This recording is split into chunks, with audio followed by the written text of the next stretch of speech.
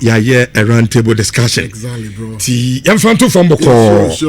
Na se say World Cup no so de nyame adoma acha akosia dai se nyankopon ama. Ye wie 2026. Yeah, the finality no. Ye be wie bibia na afi ya say am 48 na ekwan no. Why any did the ultimate? Exactly. Asian and some no they go back to the crew. The god of football and I say akodawesi ana wesi so awumushe no. Is it Messi Salam Freno? The god of football. The god of football. Is and me go to near Mumbai friends eh. Who go to no there or go to or yeah asasi so. Nti yeah planet here there. See our planet Earth. On the unknown e go to. And I'm messing the god of football. I see. What difference? No difference. And he appreciate you go to know so much. Yeah, so there. He appreciate it. But I mentioned the end there. Born no way nyame. Okay. Intimacy never dies. Sana that job. Rich. But then so many aje. Nyame hu mo bo adom ye. Sure. Say ye penny no there no. Usu bempa ayala. Otia ne nchi kakra ko America man mu. Ekodi dwumadi strong ko ye ni World Cup of course. Na nyame adom wo de ye paying about be dress and dream. Nti ye do ketse no ase. Sure. Cause enye obi a nya ne sao. So be free play. Na be free ha ene ne cry de wi ase koyi. Le mu trenye izo. No enye izenye no. O de ye bra ne be code na ba de. So unfu bi da, obe pressure obe fro. No, for first time obe fru bi no. And I will say yes. It take you over. Obe nu hu. And I landed so already ya. easy.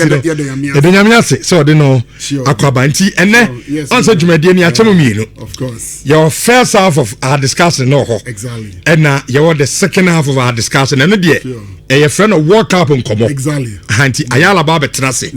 Now about US in Komo no. Na Ose atititi stories ni bebre. Conceptions na wo ho. Yes. Obe spell and obe confirm. Emfa enchenti na de entity ho kakaka. Exactly.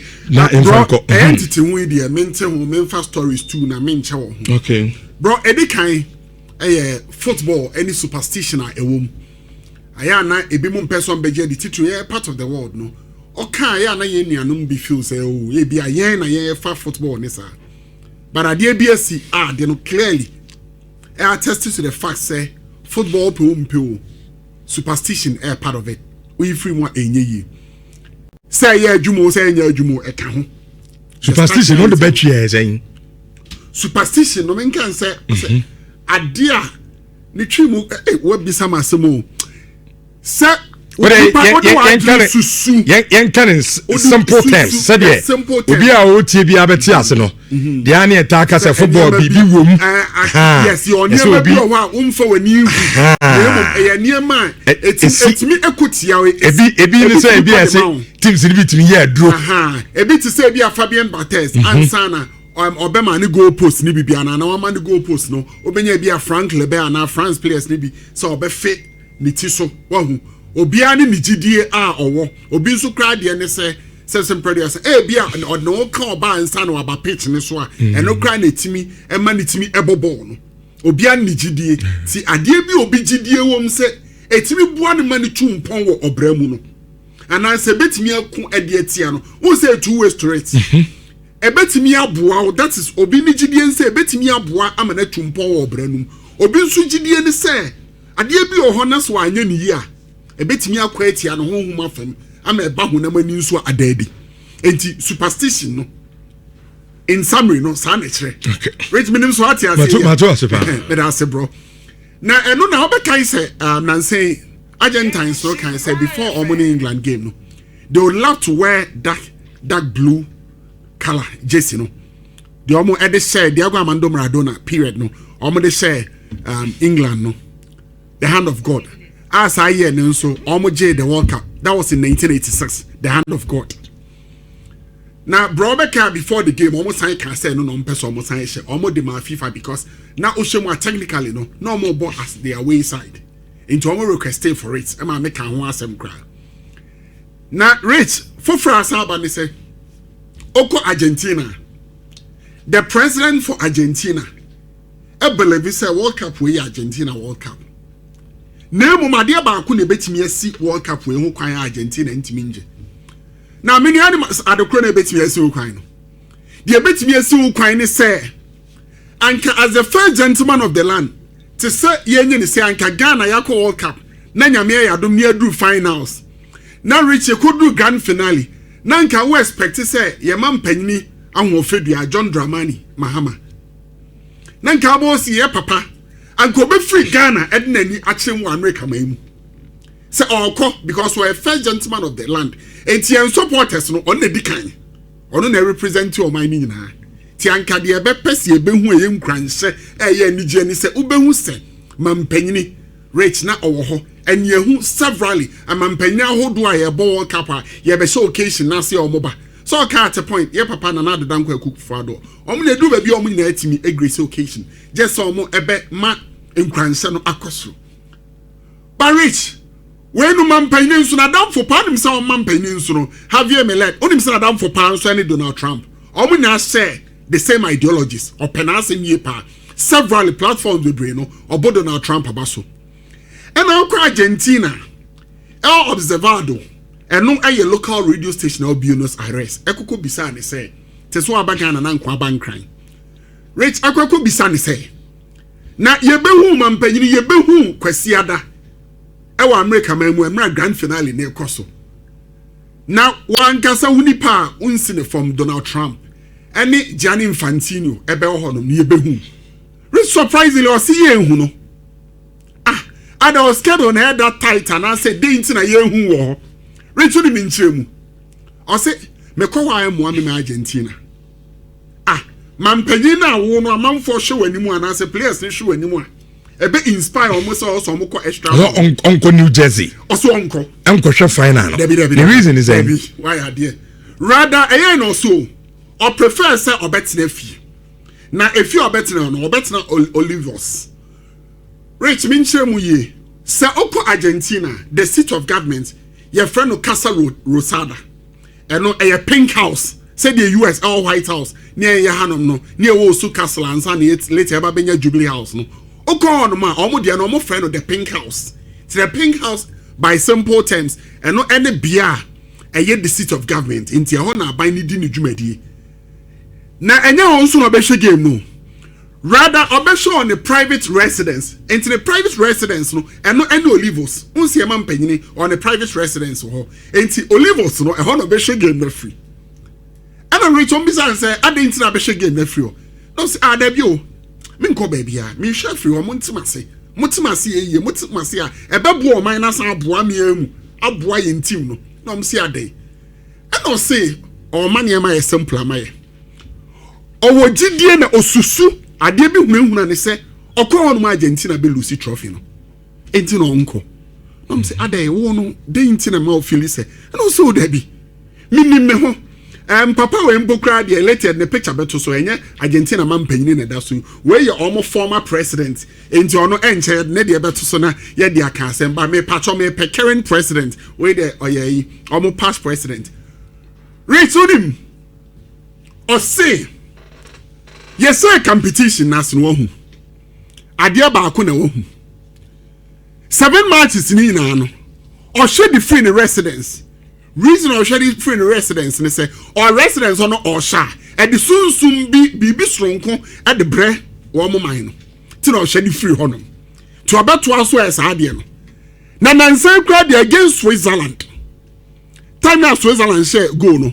sa wonim the ono believe say ma Switzerland share go no ne oil branded jacket e se no but o mo fa jacket no nto so mo ndom ye jacket na e se no oyi jacket no because na edu baby na ewa awobrem by rich no say oyi jacket no na eso de no oso oyi jacket na Switzerland take no enti no when na adwene say jacket na ese no sa jacket no oyi jacket ni biom obesa to say ye bebo competition no ade awie rich apart from Saudi and nso no onsi agro na se na eno na me say me hwehwemu kakra about Latin America na me hu ade bi Seminia oko Latin America omu ade bi e friend of Cabalas ye ke Cabalas eye gidie bi a amanfo ewo stronko ewo ade a omu yemu sese ade no wan tutu ne ma bi ye bekọ de atia no Rich me kai wo ba ko okay say emra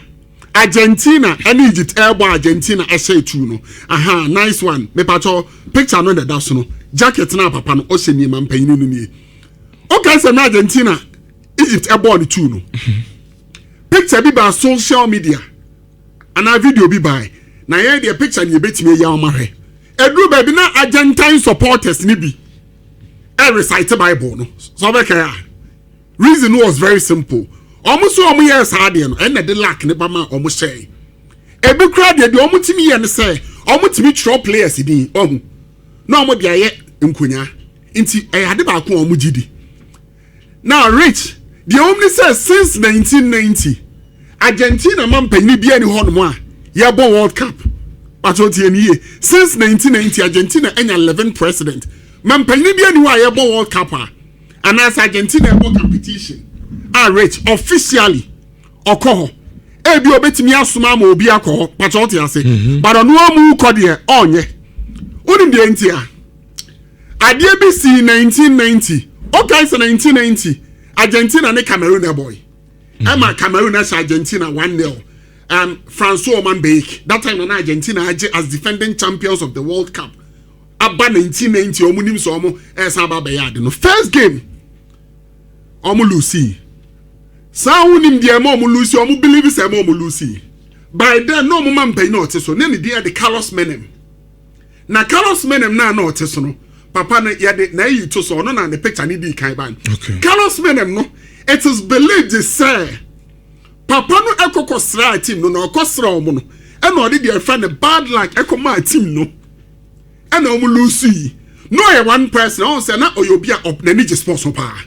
So obeka na Diego Armando Maradona the charity works near the no na baby anoni Maradona ope na lifestyle was so flamboyant. It is our papa no after no Rich obian two sana money bi man panyi bi ani wa ba Argentina omonya 11 separate president man panyi bi ani wa otu na mo say officially team na ba be bobo nti okọ camp there bi omo nye enti anya dia kwese da be hu Argentina man panyi wo ho. And the reason is very simple. Or see, jacket na eseno. Sa jacket na mu no edim kunimdie but because 7 matches Argentina aba omo edim kunim nyina no because of sa jacket na eseno. Enti kwese do be sa sa jacket no e na onko ase. Wo how football Rich. Ye how you funny say oh and amodia mojijini amadi. Rich abrochi na omojini amadi bro. Sha 98 World Cup for instance oh. Oko France Francophobia Marambo. Omo fa anwea omo hwe anwea 98 World Cup no the believe say France baba be ye niema e wo ho na niema omo ye wie no de wo so omo e de baba das no omo anye enti omo casti expel on France obi of France be any masma making enti Japan South Korea 2002 already no mo so say gidie ne say France intimi nje World Cup because they had already cast a spell on them. Okay, na Senegal bomb pie so person France Asia 2002 World Cup. Okay, say Senegal for can say Patrick Vieira had the France team never how. So guys our story no. Na on baba be ye omuniama because that time France have African na. On be ye omuniama bi. Na niama no baba ye no. Omuni France anu edru. So football no superstition no ye pe o ye mpe o. E wo ho e ka ho ye free mu enye yi. David Beckham. Yes. What's I know you'll be too freaky na say. Yes, there's this tattoo be a 1 and 9 ho. Until was any time be a free kick na. Odin kan buni mu ase koto. Yes. Na odin fa tattoo ne so. Or the first we are now if we gina ho na boni free kick. Yes. Ono so na adwen no. Na adwen no. Ofiu say eno ne ade a da bia oya obo free kick ni bia nso a. Yes. And the answer kra na ba how to say free kick ni hu pa. So sanya man there's no way you can isolate it from football. No. Can't be you. And a year to and repem so be education bebre afasa na ma no. Eka ho ye nti ase ana rich me pacho aha ne e wo no ekroma no onim kwa e mo fa so nyom musika. Some people have no idea whatsoever. Obi ani de ogidi. Sure. Obi gidi enso de untimi njim. Me first ade na me je ho achinye pa. Kotoko ne as good. Oh boase. Yet bass me kwa commentary. So meti nipa mienu ntam. Ena omudi nkomo. Ena ba ko ne kache ba ko ne say. Ball 2-0 na wom. As good be she kotoko 2-0. Yes.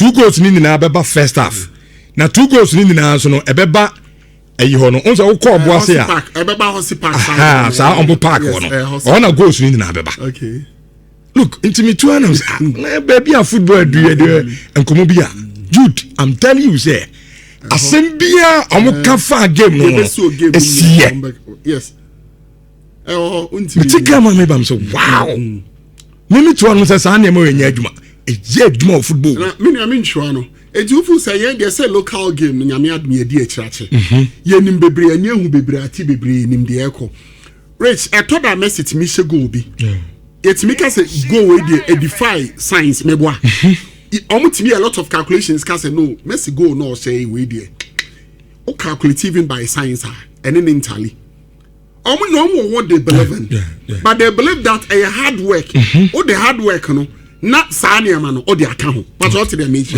yes it is anete that rich na me jene ho referee oba be the finals Vincic yes na unim say munyam shepherd ma Slovenia man na rich me jone am say into Africa we say when shall I na me jene wo say into African referee na nka yenya na mo da bi o na mo muniti o mo the whole Africa continent ni na no slot is any dem a wo go be find but bro but unim say but unim say yenya an African referee at the World Cup finals really oh yes 1998 World Cup go check it referee the friend side Amel Balkola by Moroccan yes on the game one of the finest referees on side Amel Balkola but as also say after it no yenya yen referees o mo atimi akwakodu sa ye bedru bia e be referee no ye be ne ho ade e alink yes bia dan sikawe no money ade betimi de akọ no bro Jude Usuba for na Martin Kanisha 104.5